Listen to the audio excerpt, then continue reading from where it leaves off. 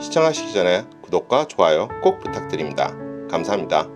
초대 농림부 장관을 지냈으며 2대와 3대 대통령 선거에도 출마했고 50년대 혁신 세력을 이끌었던 축산조봉암 선생이 1959년 7월 31일 병장의 이슬로 사라집니다.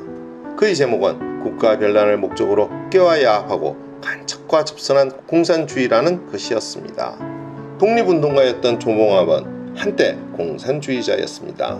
일제강점기에 소련으로 건너가 모스크바 공산대학을 2년 수련하고 박헌영, 여운형 등과 협력하여 1925년 조선공산당이 조직되었을 때 중앙위원장을 지냈으며 고려 공산청년회의 간부가 되었습니다. 황복 직후에는 조선공산당 민주주의 민족전선에서 활동하다 좌우합작운동에도 참여하였지만 곧 공산당과 결별합니다. 1946년 5월 박헌영의 공개서한을 보내고 좌익에서 우익으로 사상전향을 하였고 공개서한이 언론에 공개되면서 공산주의와 완전히 결별을 선언하였습니다. 그리고 6월 인천 공선운동장에서 열린 인천시민대회 때 조봉암은 조선민중은 공산당을 원치 않는다는 성명을 뿌리면서 공개적으로 전향을 선언하기도 했습니다. 조봉암은 이승만 정권에도 참여하여 그가 구상하는 이상을 제도권 안에서 실현하려고 노력하였습니다. 1948년 9월 이승만은 조봉암을 이용해 좌익계의 농지개혁 요구도 무마시키면서 지주정당인 한민당도 견제하고자 그를 농림부 장관으로 임명했습니다. 이승만이 처음 장관직을 제안하였을 때 조봉암은 제의를 거절했지만 이승만이 조봉암의 개혁을 승인하기로 약속하고 재차 승낙을 요구하자 농림부 장관직을 수락한 것이었습니다. 물론 이승만의 약속은 처음부터 거짓이었고 그의 장관 재임도 오래가지 않았습니다. 농지개혁 저지에 사활을 건 한민당은 그를 끌어내리려고 했고 이승만은 이를 방조하면서 임명 5개월 만인 1949년 2월 사퇴하였습니다. 한국전쟁이 발발하자 신익희와 조봉암은 이승만을 찾아 경무대로 갔다가 이승만의 도피 소식을 접하였습니다. 이승만이 수도 서울 함락 직전 누구에게도 알리지 않고 몰래 피신을 한 것입니다. 신익희는 측근들과 함께 가자고 해놓고 가족들과 먼저 경기도 수원으로 피신한 반면 조봉암은 끝까지 남아 서류들을 정리하고 불태운 뒤 동료 의원들을 피신시키고 나서 미처 피하지 못한 윤길중 등의 청년들을 데리고 남하하였습니다. 그러나 아내 김조인은 차마 데려오지 못하고 그대로 실종되었습니다. 이런 조봉암 선생에 대해 1958년 1월 12일 금거작전이 실시됩니다. 당시 조봉암은 은신 중이어서 금거를 피할 수 있었지만 다른 진보당 간부들이 체포된 상황이라 다음 날인 13일 자진 출도하였습니다. 이승만 정부는 축산과 진보당이 평화통일론을 주장해 대한민국의 국시인 북진통일을 위배했으며 군수사기관에 근거된 간첩 양이섭을 통해 조봉암은 1955년과 1956년 사이에 북에서 온 약 2,500만 환에 달하는 차금을 받아 진보당의 정치자금으로 사용했다고 했습니다. 조봉암 체포 후 진보당 사건은 일사천리로 진행되었습니다. 재판도 열리기 전인 2월 25일 진보당은 전격적으로 등록 취소되어 해산당했으며 조봉암에 대한 재판은 사건이 발생한 지 채 2년이 되지 않아 3심 모두 종료되었습니다. 재판 과정은 가관이었습니다.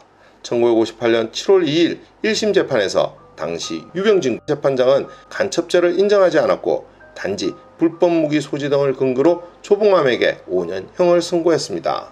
그런데 혼인 공로할 일이 벌어집니다. 7월 5일 자칭 반공청년이라고 부르는 괴한 300여 명이 법원에 난입한 것입니다. 그들은 친공판사 유병진을 타도하자 조봉암을 간첩죄로 처단하라 등의 구호를 외치며 시위를 벌였습니다.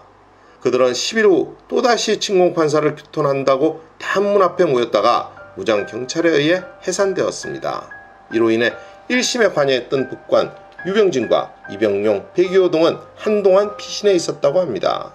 문제는 이 괴한들이 일부는 경찰 기동대 사람이었고 일부는 자유당의 직속 조직인 반공청년단 소속이었다는 것입니다.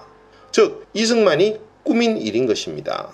이승만은 1월 14일 진보당 사건을 보고받은 자리에서 조봉암은 벌써 조치되었어야 할 인물이며 이런 사건은 조사가 완료될 때까지 외부에 발표되지 말아야 할 것이라 라고 했으며 1심에서 조봉암에 징역 5년만이 선고되자 이승만은 책임 판사들을 처단해야 한다면서 격분했다고 합니다. 이후 이승만 정권은 보다 노골적으로 재판에 개입하였고 반공청년단 법원 난임 사건 후 사법부는 확실히 위축되었습니다. 그리고 당시 1심 재판장이었던 유병진은 이후 판사 재임용에서 탈락하여 옷을 벗게 되었습니다. 이런 분위기에서 열린 1958년 9월 김용진 판사가 담당한 2심 판결에서는 검찰의 공소사실이 인정되어 검찰의 구형대로 조봉암과 양희섭에게 사형이 선고되었습니다. 1959년 2월 27일 진보당 사건에 대한 대법원 판결이 내려졌습니다. 2심과 같이 사형 선고였습니다. 조봉암은 재심을 청구했지만 상고심을 맡은 그 재판부가 다시 맡았고 대법원은 7월 30일 조봉암이 낸 재심을 기각하고 다음 날인 7월 31일 사형을 집행하였습니다. 이 박사와 싸우다가 졌으니 패자가 죽음을 당하는 것은 흔히 있는 일이나 다만 내 죽음이 헛되지 않고 이 나라의 민주 발전에 도움이 되기를 바랄 뿐이요. 그러면 이승만은 조봉암을 왜 죽여야만 했을까요? 이는 3대 대통령 선거에서 조봉암이 보여준 위협 때문이었습니다. 조봉암은 1952년 2대 대통령 선거에서 80만여 표를 얻었습니다. 그런데 1956년 5월 15일에 있은 3대 대통령 선거에서는 전체 유효 투표의 30%인 220만여 표를 얻었습니다. 신생정당의 돌풍이었던 것입니다. 보수 야당인 민주당은 대통령 후보였던 신익희가 사망한 상황임에도 불구하고 조봉암에게 표를 몰아주지는 않았습니다. 무효표가 됐던 이른바 신익희 충호표는 185만여 표에 달했습니다. 당시 이승만이 얻은 표가 500만여 표였는데 이는 관권, 금권, 언론을 모두 동원한 결과이었기에 조봉암이 얻은 표는 이승만을 긴장시키기에 충분했던 것입니다. 진보당 사건은 이승만이 조장했다는 구체적인 증언도 1999년에 나왔습니다. 바로 당시 서울시 경찰국 조사요원으로 진보당 조직부장 전세룡을 조사했던 한승격의 증언입니다. 그는 동아일보와의 인터뷰에서 당시 경무대에서 조봉암을 잡아넣지 않으면 이승만 대통령의 재당선이 불가능하니 어떤 수를 쓰더라도 잡아넣으라는 지시를 받았다고 털어놓은 것입니다. 그리고 조사 과정에서 당시 상부로부터 진보당을 없애고 축산을 죽일 수 있을 만큼 사건을 엮지 않으면 내가 죽을 것이라는 빡도 받았다고 했습니다.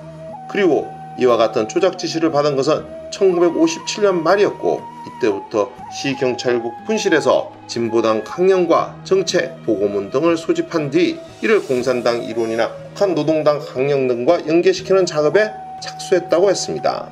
한 씨는 당시 조직부장 전 씨로부터 북한 김일성의 지령에 따라 대한민국의 전복을 획책했다, 축사는 빨갱이 간첩이다라는 자백을 받아내기 위해 3주가량 똑하게 신문했으나 자백을 받지 못했다고 덧붙였으며 그동안 보복이 두려워 진실을 털어놓지 못했고 희생된 사람들에게 진심으로 사죄한다고 하였습니다.